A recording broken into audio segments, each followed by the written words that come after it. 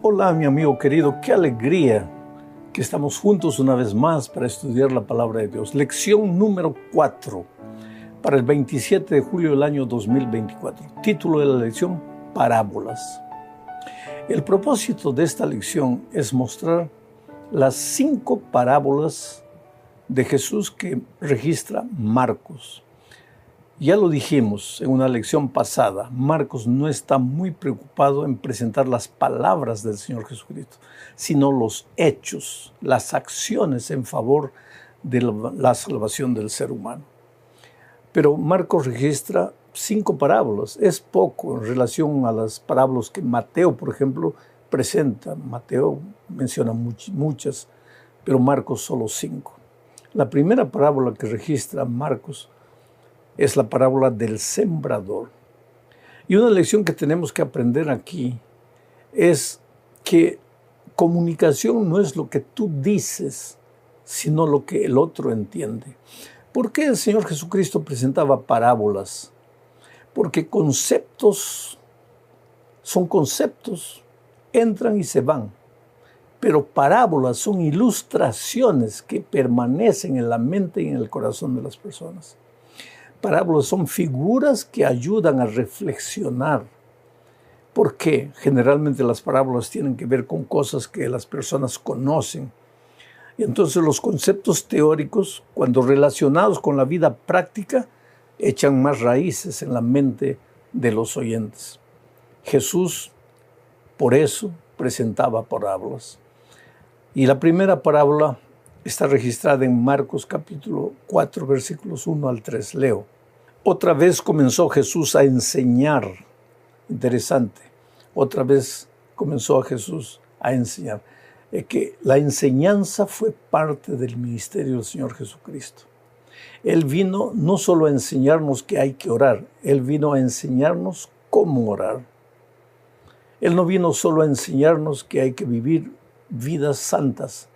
Él vino a enseñarnos cómo se hace para vivir una vida coherente. Él era un maestro, le gustaba enseñar. Entonces, sigo leyendo el texto. Otra vez comenzó Jesús a enseñar junto al mar. Enseñaba en la sinagoga, enseñaba junto al mar, enseñaba en las casas, enseñaba en todo lugar. Porque todo momento y todo lugar nosotros podemos aprovechar el tiempo para enseñar. Aún trabajando podemos enseñar. Aún comprando podemos enseñar. Aún comiendo podemos enseñar. Leo el texto. Otra vez comenzó Jesús a enseñar junto al mar y se reunió alrededor de él mucha gente, tanto que entrando en una barca se sentó en ella en el mar y toda la gente estaba en tierra junto al mar. Y les enseñaba por parábolas muchas cosas y les decía en su doctrina: oíd, he aquí el sembrador salió a sembrar. Enseguida, el Señor Jesús presenta la parábola. Y la parábola del sembrador, pues tú la conoces muy bien.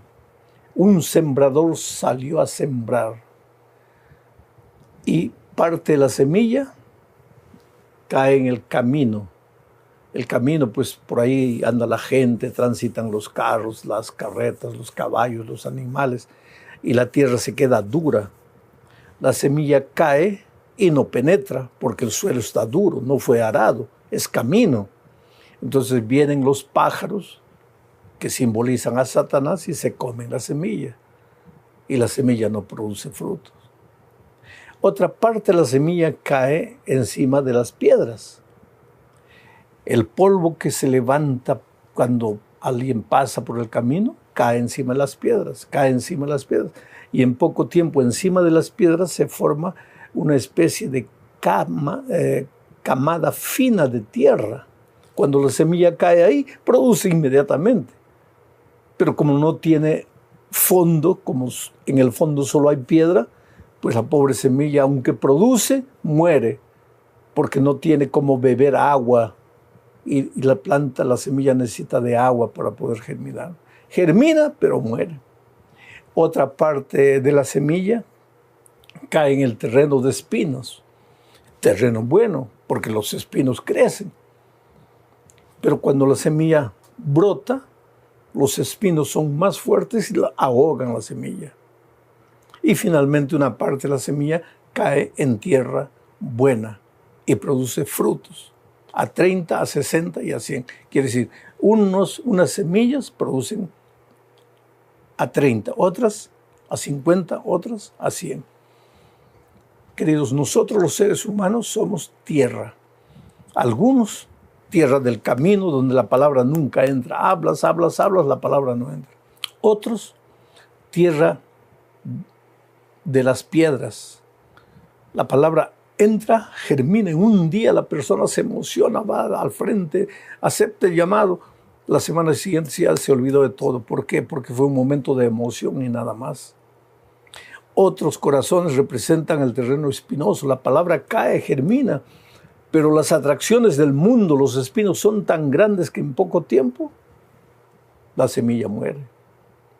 Y la semilla también cae en tierra buena y produce frutos a 30, 60 y a 100. Quiere decir, aunque todos recibimos la palabra de Dios en nuestro corazón y somos tierra buena, no todos vamos a producir en la misma cantidad.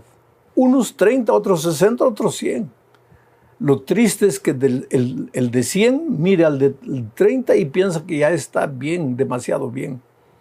Y la otra cosa triste es que el de 30 mire al de 100 y diga, pues yo nunca voy a llegar a 100. No, tú produce lo que el Espíritu coloca en tu corazón.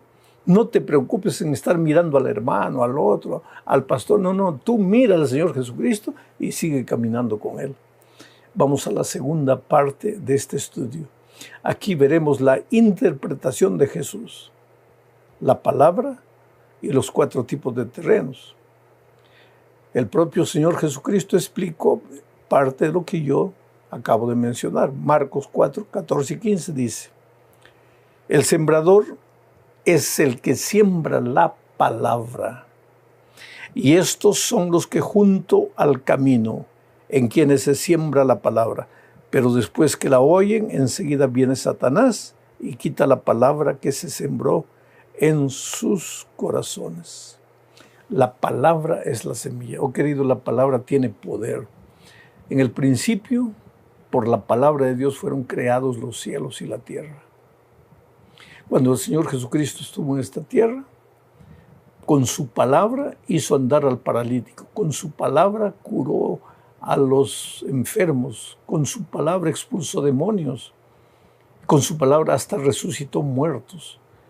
La palabra tiene poder, pero solo tiene poder si tu corazón es tierra buena, si tu corazón fue arado por el Espíritu Santo. Ahora, si tu corazón es tierra endurecida del camino, la palabra no va a hacer nada en ti, no porque no sea poderosa, sino porque la palabra para actuar en tu vida tiene que tener tu permiso. Y si tú no le das permiso a la palabra, si tú no aceptas la palabra, entonces la palabra no te vale de nada. Y eso es lo que vamos a ver en la siguiente parte del estudio. En esta tercera parte veremos la razón de ser de las parábolas. Aquí veremos que si te endureces a la palabra, ahí ya no hay esperanza de salvación para ti. Leo Marcos 4, 10 al 12. Mira, este es un texto difícil de ser entendido, pero te lo voy a explicar. Cuando estuvo solo Jesús, los que estaban cerca de él, con los 12, le preguntaron sobre la parábola.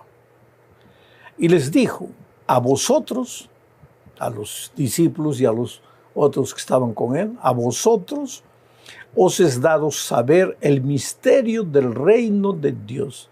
Misterio.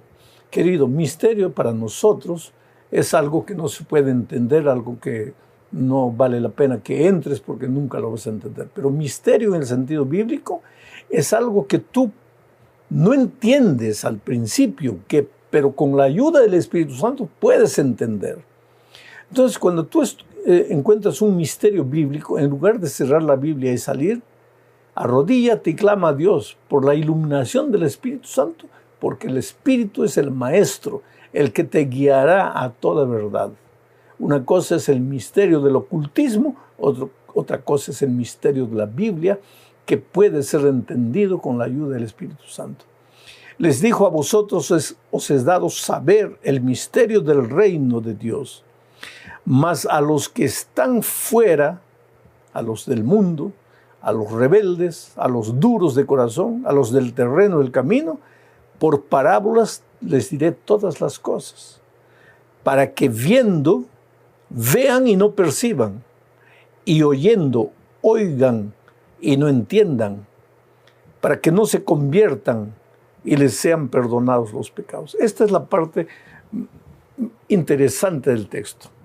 Aquí, si tú lees a simple vista, da la impresión de que el Señor Jesucristo cuenta en parábolas, presenta su mensaje en parábolas, para que la gente de afuera, los de corazón endurecido, no tengan oportunidad de salvación. Para que vean, pero viendo no entiendan. Para que oigan, pero oyendo no escuchen. ¿Por qué? Porque si escuchan se van a salvar. Eso es lo que aparentemente dice el texto. Pero querido, recuérdate que Dios está hablando, que el Señor Jesucristo aquí está hablando a los de corazón endurecido, a esos criticones que lo juzgan, que lo condenan, que lo critican, a esos criticones que están en la iglesia, pero no con el deseo de aprender, sino con el deseo de criticar. Y van endureciendo su corazón poco a poco, porque querido, si tú no eres sensible a la voz de Dios, te endureces. Y cuando tu corazón llega a ser como el terreno del camino, ahí la palabra cae y los pájaros se lo llevan, porque la palabra no penetra, no tiene efecto. Por más poderosa que sea, no puede hacer nada sin tu permiso. Te voy a parafrasear el texto para que entiendas mejor lo que está diciendo. Jesús le dice: yo le cuento a la gente de corazón duro, a la gente que me critica, me condena, pero que no quiere aprender, yo les hablo todo en parábolas. ¿Para qué? ¿Por qué? No para qué, sino por qué. ¿Por qué les hablo en parábolas? Porque viendo no ven, y no se dan cuenta, no perciben, y oyendo no oyen, y no entienden. Y entonces, pues están perdidos, nunca se van a convertir, y nunca les va a ser perdonado el pecado. ¿Por qué? Porque han endurecido su corazón. Y para haber perdón tiene que haber arrepentimiento. Y para haber arrepentimiento tiene que haber conversión. Y para haber conversión tienen que aceptar la palabra. Pero ellos no aceptan. Oyen y no ven. Escuchan. Oyen y no escuchan. Observan pero no ven.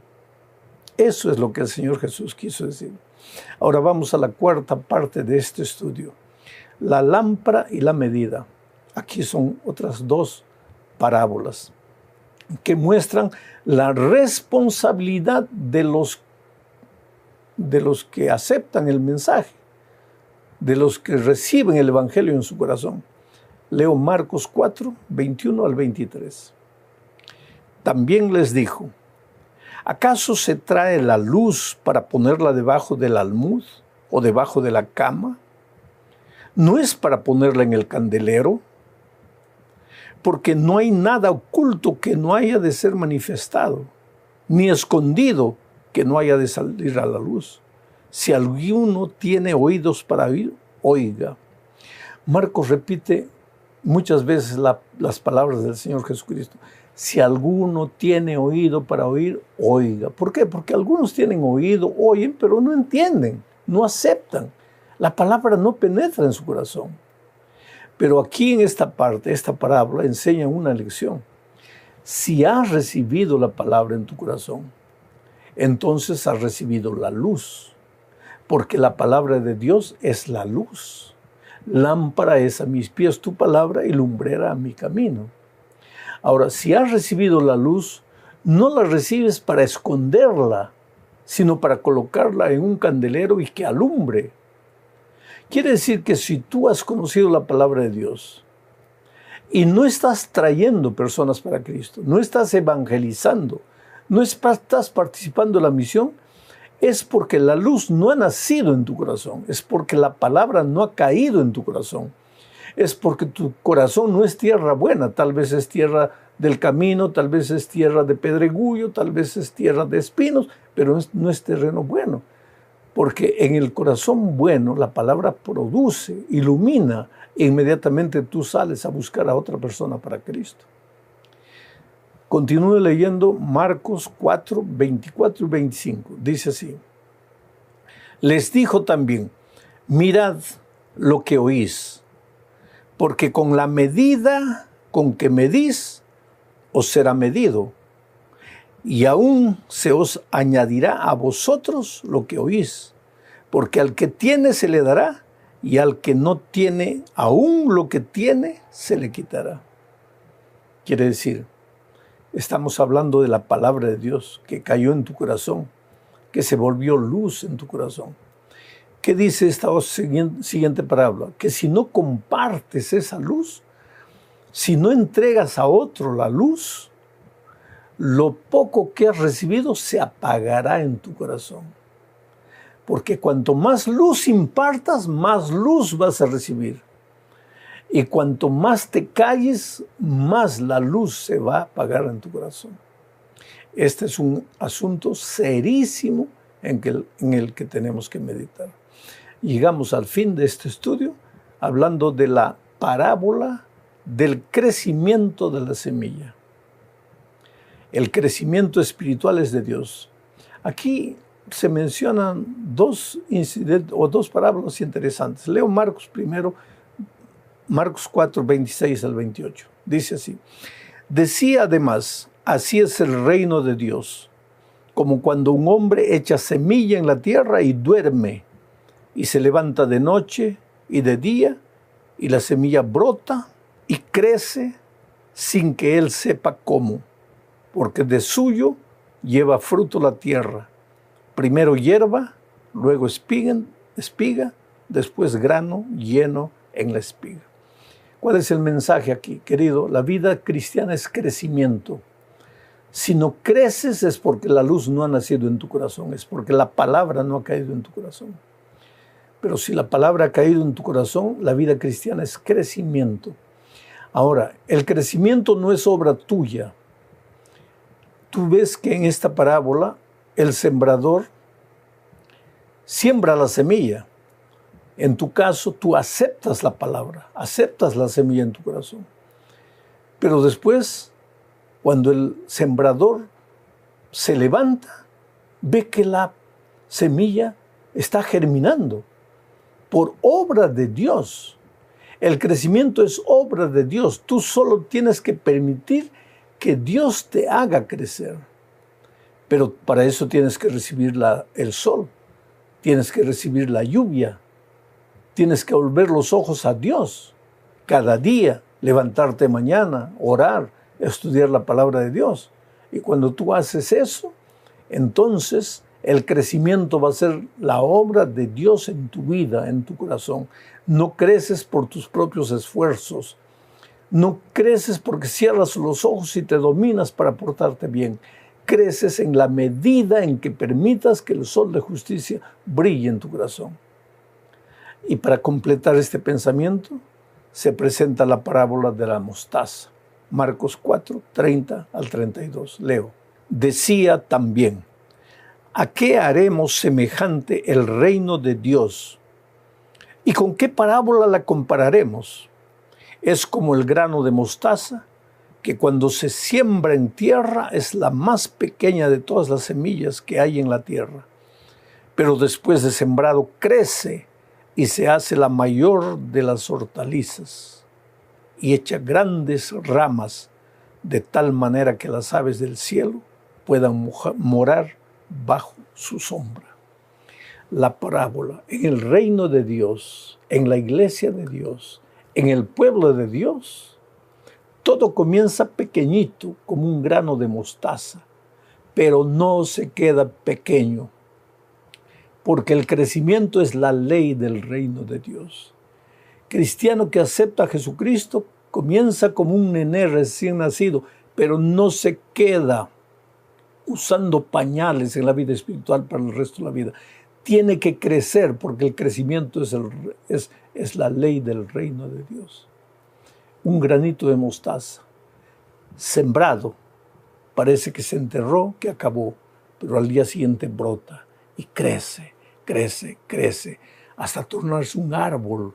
Y dice que todas las aves del cielo vienen a hacer su nido en sus ramas. El cristianismo comenzó con 12 discípulos, pescadores, hombres rudos. Y hoy día el cristianismo inundó el mundo entero. Porque todo nace en el reino de Dios pequeño, pero nace para crecer. El crecimiento tiene que ser una realidad en tu vida. Oh querido, has nacido en el reino de Dios. Felicitaciones. Acabas de ser bautizado. Gloria a Dios. Pero has comenzado. Ahora necesitas crecer. Y no por tus propios esfuerzos. Busca a Dios de mañana, de tarde, de noche. Vive en espíritu de oración. Estudia la palabra de Dios. Y tú vas a ver que el Espíritu Santo va a terminar en ti la obra que ha empezado. Y cuando Cristo venga, vas a ser uno de los ciudadanos del reino de los cielos, uno de los seguidores del Cordero por donde quiera que Él vaya. Un abrazo, mi amigo, que Dios te bendiga ricamente. Felicidades, hasta la próxima semana.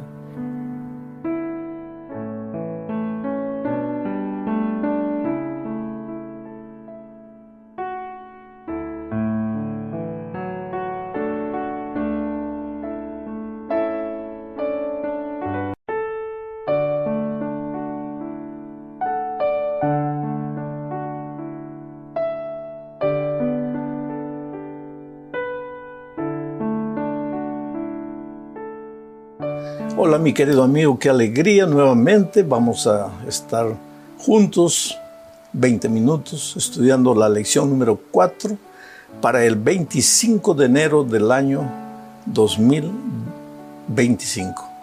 Mira, ya se fue todo el mes de enero. Viene febrero. El tiempo vuela, el tiempo pasa rápido.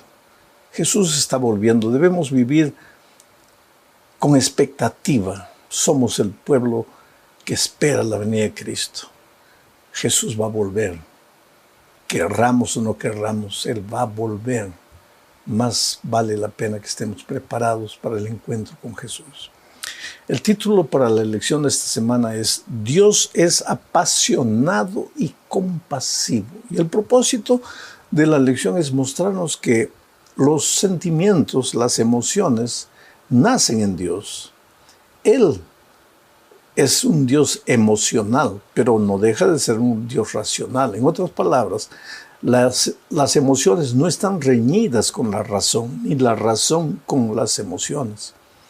Cuando tratamos al ser humano como si fuera un robot,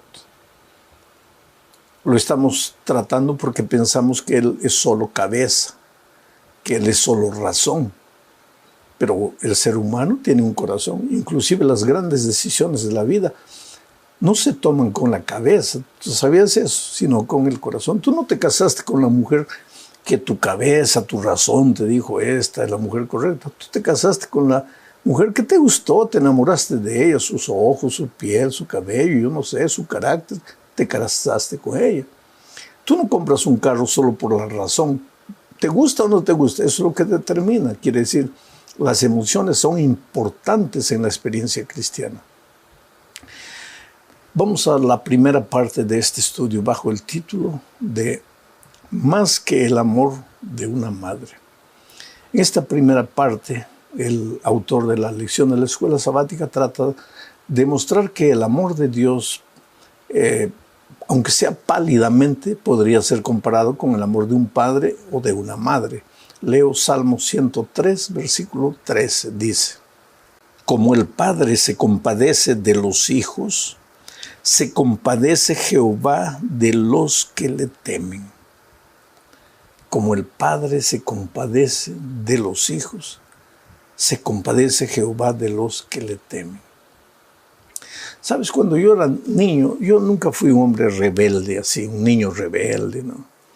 Pero muchas veces pues era un muchacho distraído. Entonces mi padre era un hombre bien firme, exigente, bien, a veces hasta intransigente, pero yo le agradezco porque me enseñó valores que hasta hoy me ayudan. La puntualidad, por ejemplo, esa es una de las virtudes que yo heredé de mi padre. Él me ayudó, me enseñó a ser puntual, me enseñó a leer porque me obligaba a leer. Bueno, pero un día me dio una tarea, no la cumplí, yo sabía que venía el castigo. Y el castigo en aquellos tiempos era con la correa. Y yo sabía que él me daría unos 5 o 6 correazos. Entonces me preparé, me puse un pantalón, otro pantalón, como 4 pantalones. Solo que cuando llegó el momento de la confrontación con mi padre, pues él se dio cuenta que yo me había puesto varios pantalones. Y en lugar de castigarme, me abrazó y me dice: hijo, ¿tú crees que yo siento alegría en castigarte?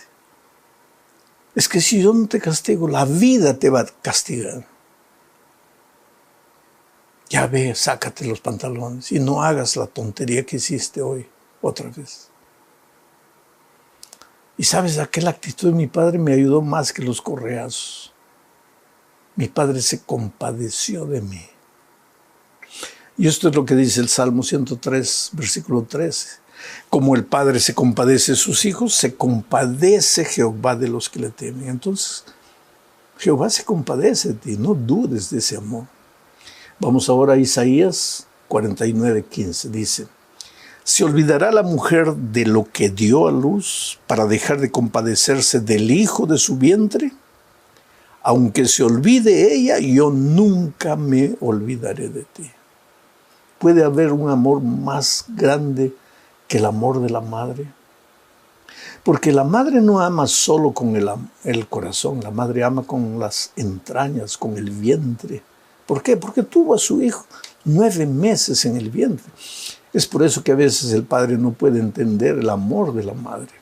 Y aquí Dios toma la figura del amor de la madre y dice: una madre se olvidará de su hijo, del hijo que dio a luz, del niño que salió de su vientre. Y dice: tal vez una madre podría hacerlo, aunque es difícil, pero tal vez. Sin embargo, yo nunca me olvidaré de ti. Entonces, si en este momento estás sufriendo, no pienses que Dios te abandonó, que Dios se olvidó de ti, que porque has hecho algo malo ya Dios no te ama y estás entregado a tu triste suerte. No. Dios te ama, Él es tu Padre de amor, Él es la madre que te protegerá en todo momento.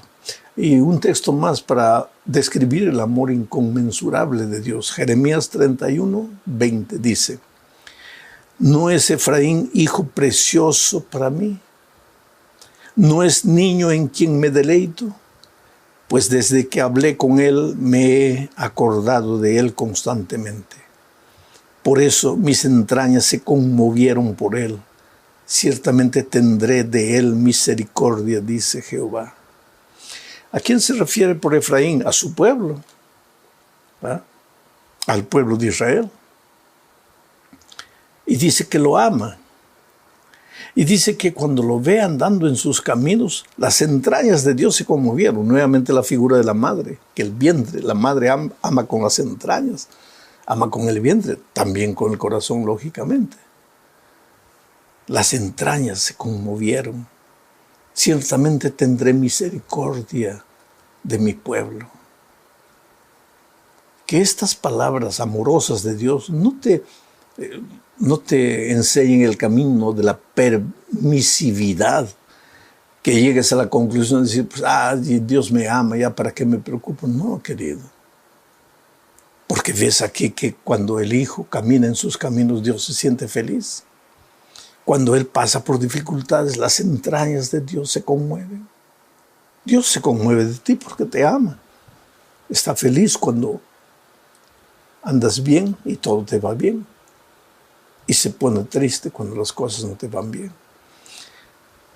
Vamos a hablar ahora del amor conmovedor de Dios. El libro de Oseas simboliza primero a Dios como un esposo, cuya esposa infiel lo abandona muchas veces, pero el esposo nunca deja de amarlo. Después el libro simboliza al padre como el hijo, que ama a su hijo y lo perdona.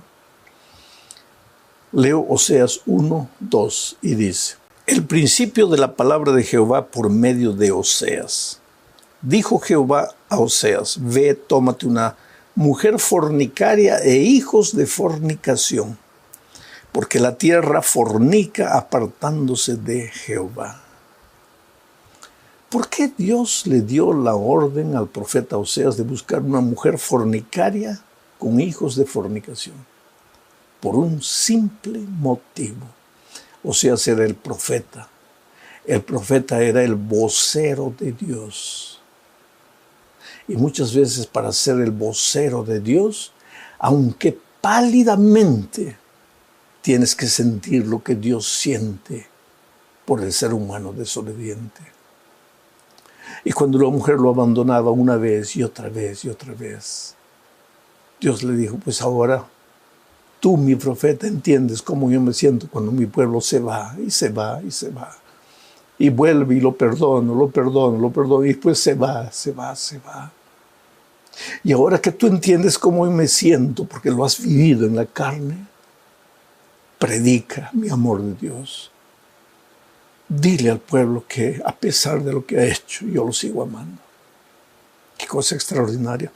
Ahora vamos a Oseas capítulo 11, versículos 1 al 4. Cuando Israel era muchacho, yo lo amé, y de Egipto llamé a mi hijo. Cuanto más yo los llamaba, tanto más se alejaban de mí. A los Baales sacrificaban y a los ídolos ofrecían sahumerios. Yo con todo eso enseñaba a andar al mismo Efraín, tomándole de los brazos, y no conoció que yo le cuidaba. Con cuerdas humanas los traje, con cuerdas de amor, y fui para ellos como los que alzan el yugo de sobre su cerviz, y puse delante de ellos la comida. Cuando Israel era pequeño, hacía tantas tonterías, pero nunca dejé de amarlo. Lo sostuve con mi mano, le enseñé a caminar, lo ayudé, pero lo sigo amando. Aún hoy, cuando ya es grande, cuando ya es adulto y comete errores, yo estoy a su lado para restaurarlo. ¡Qué Dios maravilloso! Yo te voy a hacer una ilustración. ¿Has visto una madre lavando y cambiando de pañales al hijito de un mes de nacido? El pobre no sabe ir al baño, el pobre no sabe pedir ayuda, y si no le cambias los pañales va a estar ahí el día todo, porque es un baby, no sabe nada. Pero ¿has visto una madre con qué cariño higieniza al hijito? Toma el lavatorio con agua tibia, no puede estar caliente ni fría, y lo va a limpiar. Primero saca el pañal, lo limpia, coloca el pañal sucio a un lado, y después con esa agua limpia, tibia, lo lava, lo higieniza,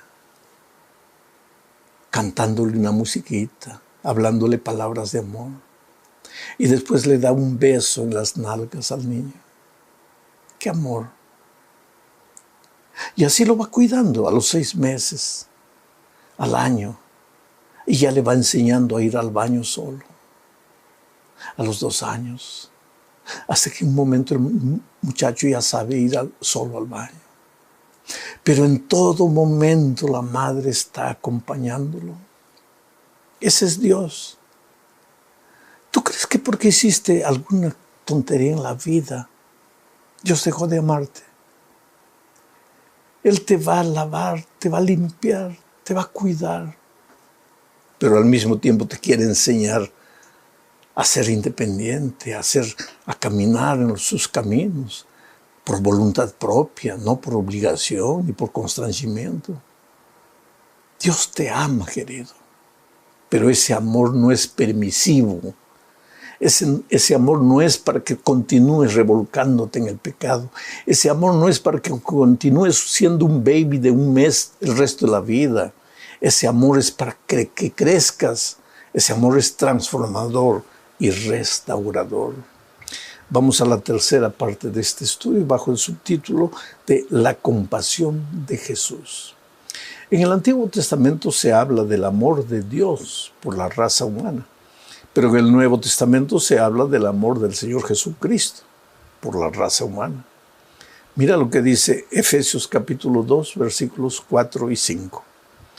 Pero Dios, que es rico en misericordia, por su grande amor con que nos amó, aun estando nosotros muertos en pecados, nos dio vida juntamente con Cristo. Por gracia sois salvos.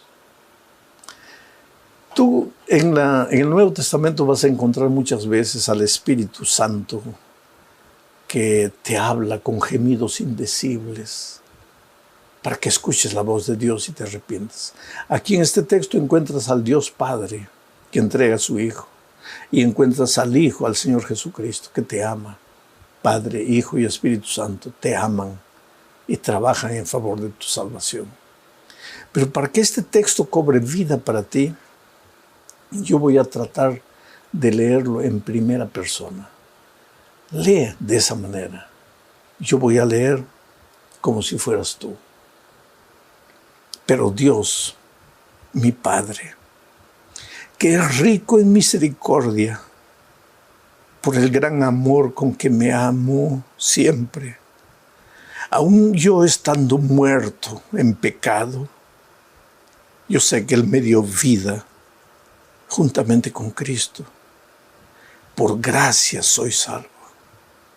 ¿No es diferente? Te doy un consejo aquí abriendo un paréntesis. Trata de leer la Biblia así, aplicando los versículos a tu vida, como si estuviese siendo escrito para ti, no para los otros. Ahí la Biblia va a cobrar más sentido para ti. Otra figura del Nuevo Testamento donde se muestra el amor del Padre es la figura del Hijo pródigo. Ya no voy a hablar mucho porque ya hablé en una lección pasada. El Padre que siempre espera, que nunca dejó de esperar. El Padre que te recibe, y cuando recibe al Hijo todo sucio, inmundo, no le dice a los siervos, por favor vengan, llévenselo, está inmundo, yo no puedo abrazar así. No, lo abraza. La mugre del Hijo pasa a Él, lo abraza. ¿No te parece que cuando Cristo vino a este mundo, tomando la humanidad para morir en la cruz por nosotros, de cierta manera nos estaba abrazando y nuestra humanidad estaba contagiándolo a Él? Ese es el amor de Dios. Ese es el amor del Padre. No digo nuestra pecaminosidad, sino nuestra humanidad. Él vino trayendo siglos de la deterioración física del ser humano, cargando en Él solo por amor. Y ahora leo Mateo 23, 37, otro texto donde se expresa el dolor y el amor del Padre. Ya Jesucristo estaba aproximándose de la cruz y una noche desde la montaña miró para la ciudad de Jerusalén y con lágrimas en los ojos dijo, Jerusalén, Jerusalén. Mateo 23, 27. Leo, Jerusalén, Jerusalén, que matas a los profetas y apedreas a los que te son enviados. ¿Cuántas veces quise juntar a tus hijos como la gallina junta sus polluelos debajo de las alas? Y no quisiste. Ese es el dolor del Padre. Yo creo que en este momento el Señor Jesús te mira y te pregunta, hijo, dime, ¿qué más puedo hacer para salvarte? Hice todo lo que pude, pero te estás perdiendo, porque no te puedo obligar a ser salvo. Tú tienes que querer, tú tienes que decir sí, tú tienes que rendirte. Eso es lo que le dijo a Jerusalén. ¿Cuántas veces quise juntar a tus hijos como la gallina junta sus polluelos debajo de las alas, pero no quisiste? Yo te pregunto esta mañana, o esta noche, o esta tarde, no sé a qué hora estás viendo este video? ¿Cuántas veces el Señor te llamó? ¿Cuántas veces quiso arroparte en su amor, en su poder restaurador? Pero tú no dejas, tú no aceptas, tú no quieres. Tienes que responder. Vamos a la cuarta parte de este estudio bajo el título de Un Dios celoso. Es interesante, voy a leer Deuteronomio 4:24. Dice, porque el Señor tu Dios es fuego consumidor, Dios celoso. El Señor tu Dios. En ese verbo, en ese versículo 4:24 de Deuteronomio, hay dos maneras de llamar a Dios. El Rahum y el Canah. El Rahum, Dios misericordioso, Dios de amor, Dios compasivo, Dios de consolación.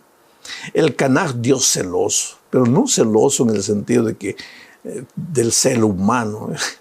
Los seres humanos tenemos celo porque somos egoístas, porque somos desconfiados, porque somos pecaminosos por naturaleza. Dios no es celoso en ese sentido.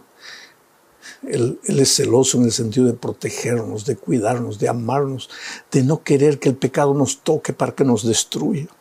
¿Por qué? Porque eres precioso a sus ojos. Vales mucho. Eres la cosa más linda que Dios tiene en esta vida. Tú podrías entender el celo de Dios bajo la palabra el celo de Dios. Los seres humanos tenemos celos en plural, enfermizos, egoístas. Dios tiene celo en el sentido de cuidado, de protección. Dios te ama. Dios es el Rakuj, el ser misterioso, el Rahum y el Canah, el Dios celoso, el Dios protector. Llegamos al fin del estudio hablando de un Dios compasivo y apasionado. Leo Isaías 63:9 y dice lo siguiente. En toda angustia de ellos, Él fue angustiado. ¿Quién? Dios. Quiere decir, en el dolor del ser humano, Dios también sufre dolor. Y el ángel de su faz los salvó. En su amor y en su clemencia los redimió y los trajo. Y los levantó todos los días de la antigüedad. Nuevamente aquí, los levantó. ¿Por qué? Porque el pecado te hace caer. Cuando te apartas de Dios, te caes. Y te caes y te hieres y a veces ya no tienes ganas de levantarte, pero el Dios amoroso y protector te levanta todos los días, desde la antigüedad.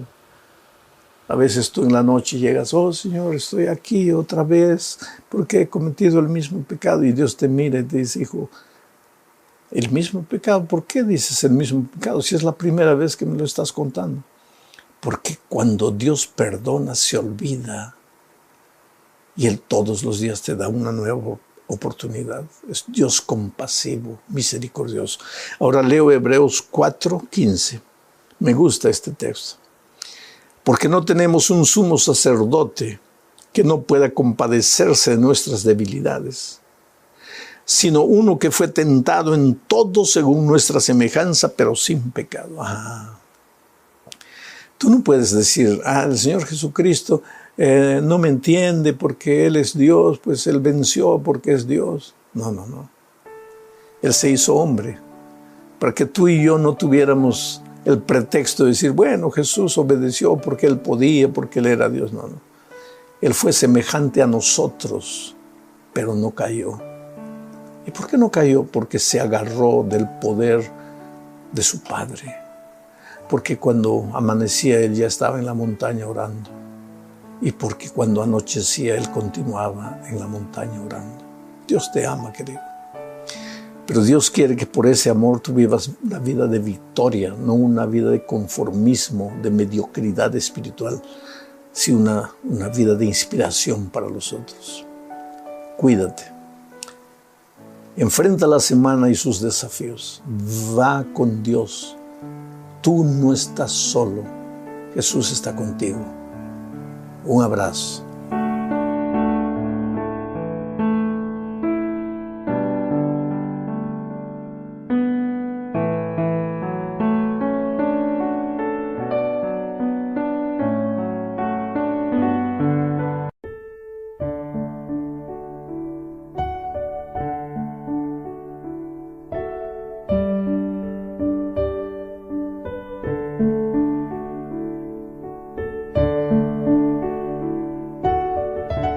Hola mi amigo querido, nunca es tarde para empezar de nuevo. Por más que en este momento estés lejos de Dios, lejos de la iglesia, por más que hayas caído, por más que hayas fallado, recuérdate, nunca es tarde para empezar de nuevo. Vamos a revisar la lección número 5 para el 3 de febrero del año 2024. El título de la lección es Cómo cantar la canción del Señor en tierra extraña. Este mundo en que vivimos después que entró el pecado se ha ido deteriorando, malogrando, corrompiendo. El ser humano se ha vuelto violento, a veces se ha vuelto una especie de monstruo que no se comprende a sí mismo. Hiere a las personas que están cerca de él, hiere a las personas que están lejos, en fin. El ser humano es un misterio. Esta tierra se ha vuelto un pozo de violencia y entonces muchos hijos de Dios se preguntan cómo cantar himnos al Señor en medio de un mundo extraño. Y muchas veces algunos salmistas que expresan nuestras propias emociones hoy decían al Señor: yo no te entiendo. Tú no eres un Dios de amor, tú no eres misericordioso, tú no cuidas de tus hijos. ¿Por qué estoy sufriendo? ¿Por qué mis enemigos parece que vencen la batalla? Bueno, vamos a revisar este estudio para entender algunas de estas cosas. El primer subtítulo de la lección para esta semana es Los días del mal. Lo primero que tenemos que entender, queridos, es que hay un conflicto universal por detrás de todos los eventos que nuestros ojos ven. Sube un partido político al poder, baja el otro sube, por detrás de las guerras aparecen por aquí, por allá, en fin, por detrás de los conflictos, de la marginalidad, de la delincuencia, por detrás de los bastidores, existe una guerra entre Cristo y Satanás. Desde el cielo, el diablo quiso arrebatar el trono al Señor Jesucristo y peleó, perdió la batalla. Vino a esta tierra y la batalla continúa. Solo que la batalla no es en realidad en el mundo, es en la mente y en el corazón de cada hijo.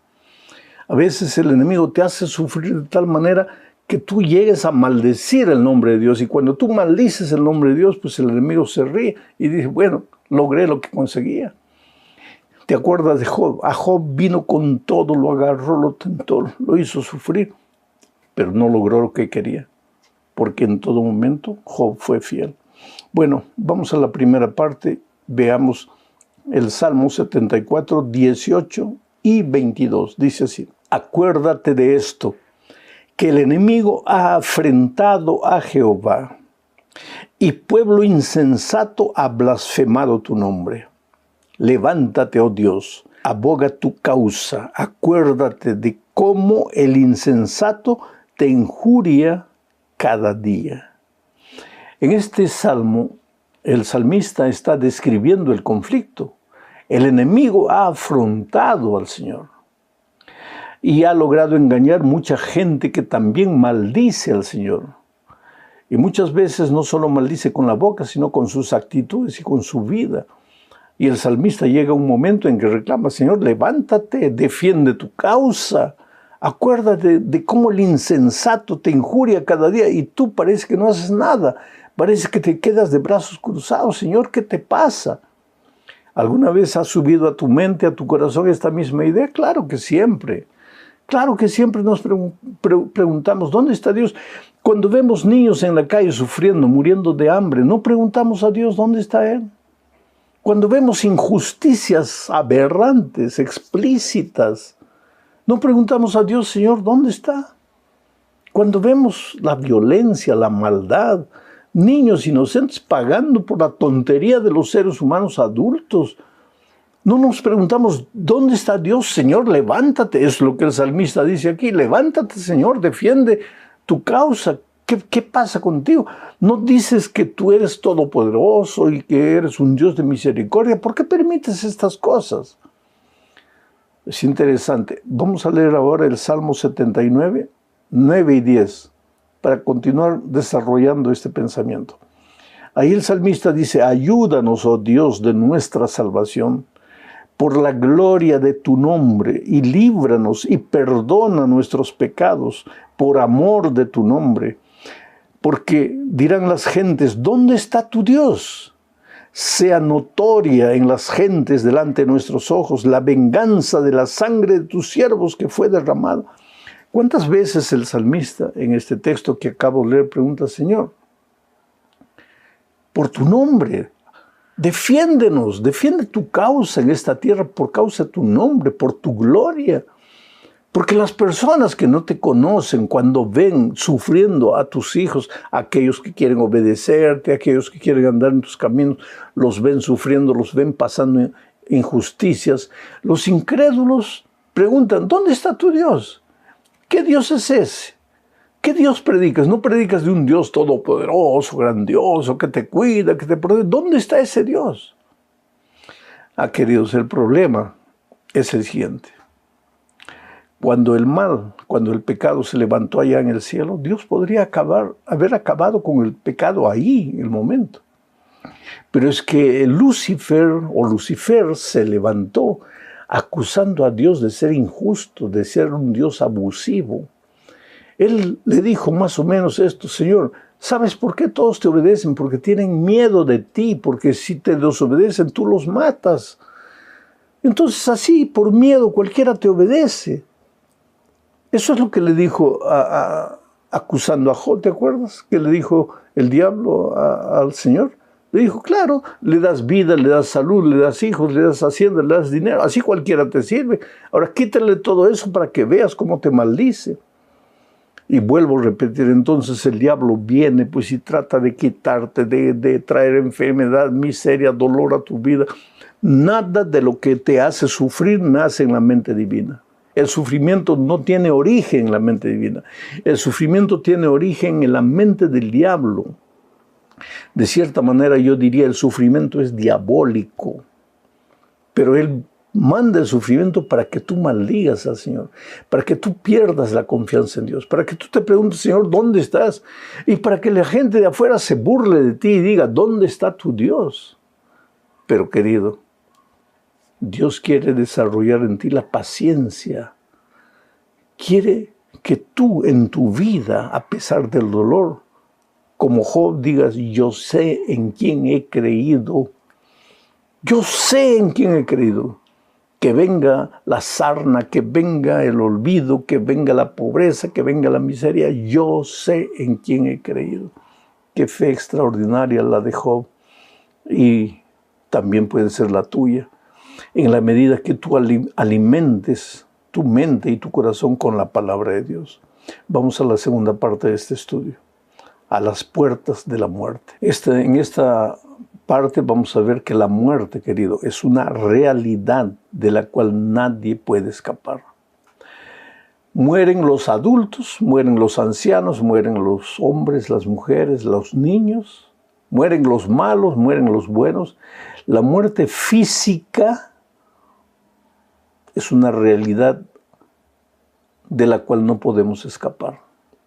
Solo que hay una gran diferencia. Los que mueren en Cristo no mueren, apenas duermen hasta la mañana gloriosa de la resurrección. Los que mueren sin Cristo mueren, resucitarán en la segunda resurrección solo para volver a morir. Por tanto, no tengas miedo de la muerte física. De la muerte que debes temer es de la muerte espiritual, porque esa sí es muerte eterna. Leamos el Salmo 41, versículos 1 al 4. Bienaventurado el que piensa en el pobre. Es una actitud buena de este salmista. Bienaventurado el que piensa en el pobre. En el día malo lo librará Jehová. Jehová lo guardará y le dará vida. Será bienaventurado en la tierra y no lo entregarás a la voluntad de sus enemigos. Jehová lo sustentará sobre el lecho del dolor. Mullirás toda su cama en su enfermedad. Una vez más, Dios no promete que si andas en sus caminos, si te preocupas por ayudar al pobre, si eres un hombre justo, si vives en comunión con Dios, no vas a morir o no vas a quedarte enfermo. La promesa de Él es no. En el momento del dolor, Él va a suavizar tu lecho, mullirá toda tu cama en su enfermedad. ¿Para qué? Para que no te duelan las espaldas. Quiere decir, Dios nunca prometió que en esta vida estarás exento de dolor. El entregar tu vida a Jesús, el bautizarte, no es que tú te estás vacunando contra las inclemencias de la vida, no. Pero Dios va a cumplir su promesa suavizando tu dolor, ayudándote a cargar la cruz del sufrimiento. Pero muchas veces el sufrimiento tiene que llegar a nuestra vida para ayudarnos a crecer en la experiencia espiritual. Si en este momento estás pasando por un momento difícil, no desesperes, querido.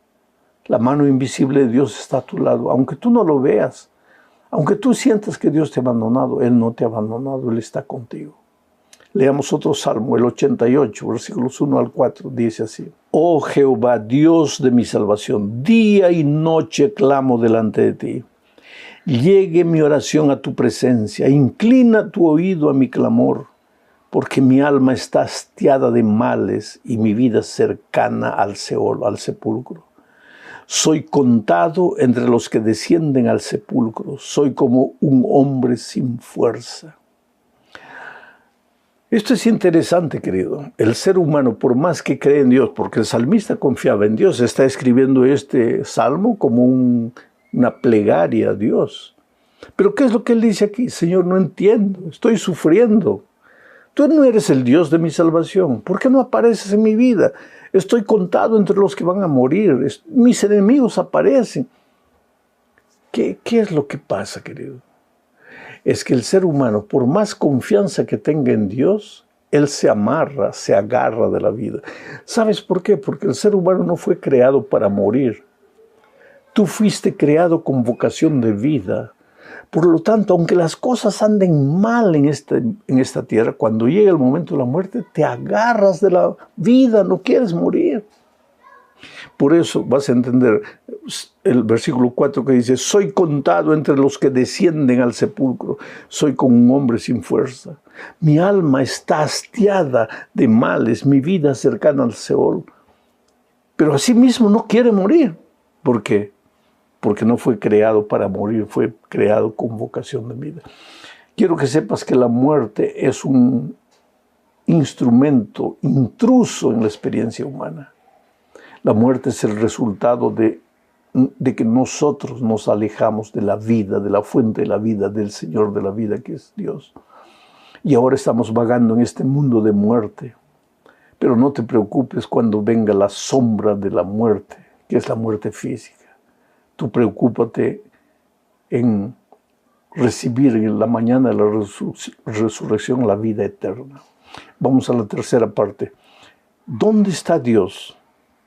Aquí el salmista escribe sintiendo que Dios lo ha abandonado. ¿Por qué? Porque él no puede resistir el dolor. A veces el sufrimiento es tan grande que hasta santos hombres de Dios pues se quejan y reclaman.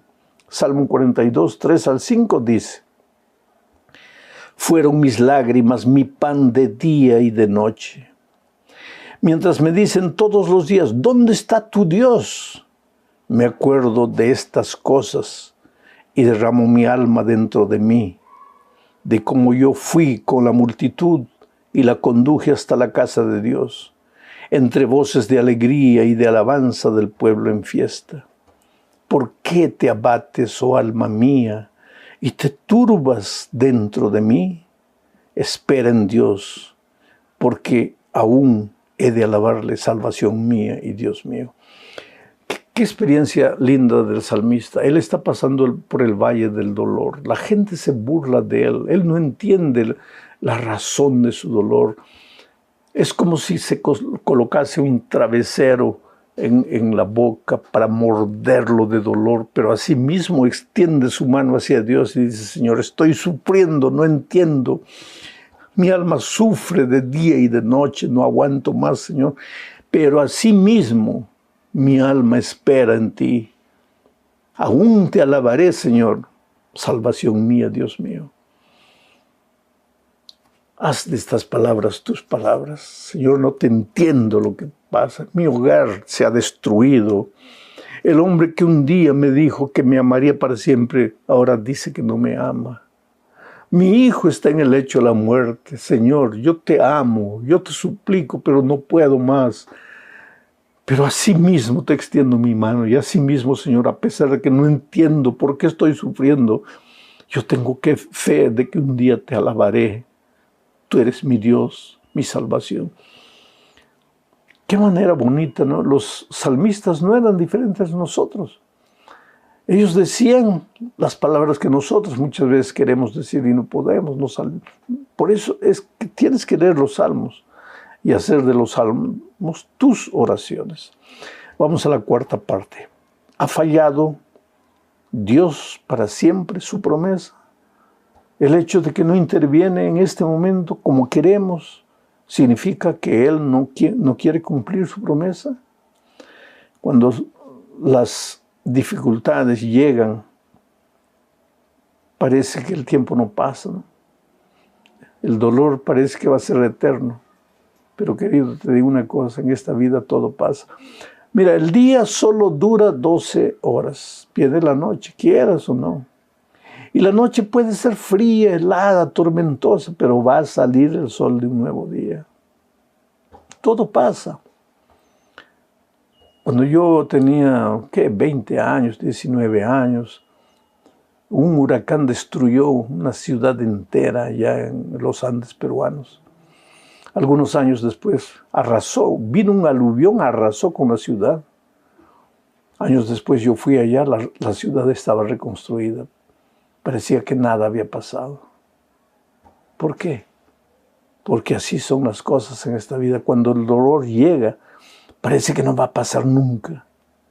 Pero el tiempo es el mejor remedio para el dolor. Si en este momento, vamos a decir que tu noviazgo terminó faltando 2 meses para el matrimonio, y tú piensas que ese dolor no va a pasar, querido. Pero el instrumento es el tiempo, y el tiempo no corre, el tiempo demora.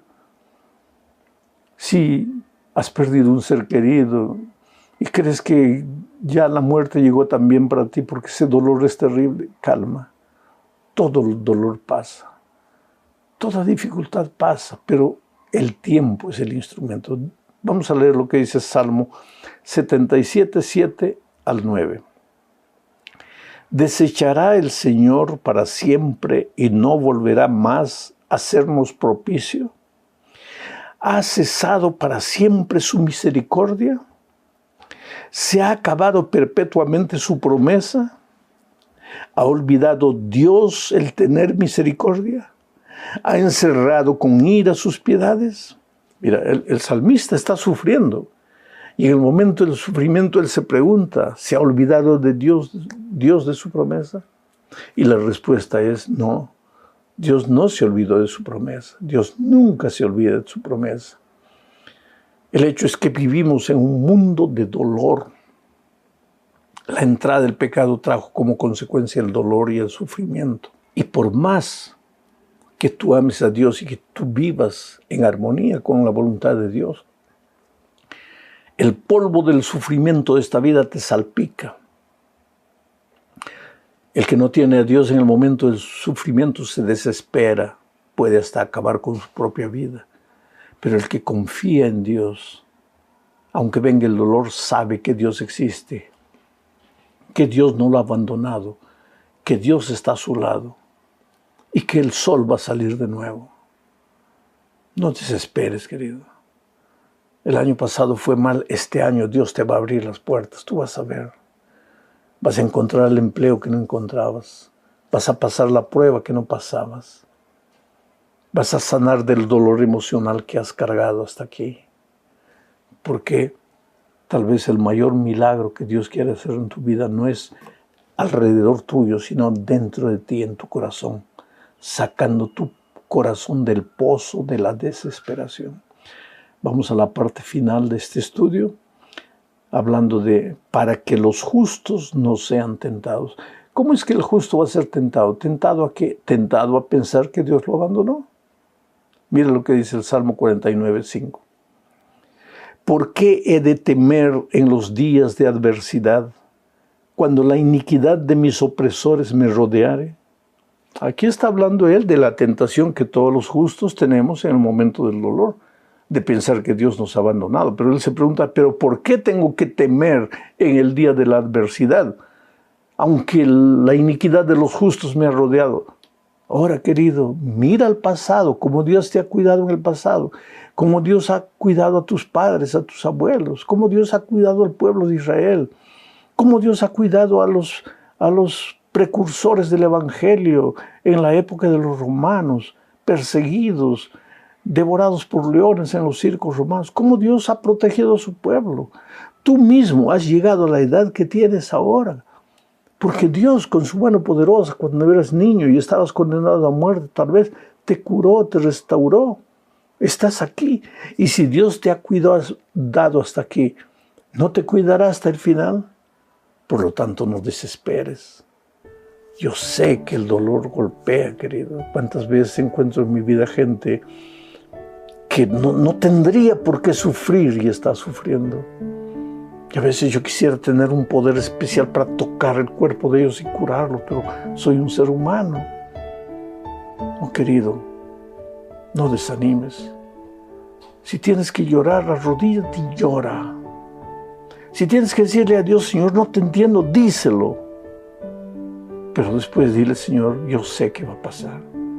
Perdóname lo que te diga, pero yo sé que va a pasar. Y va a pasar.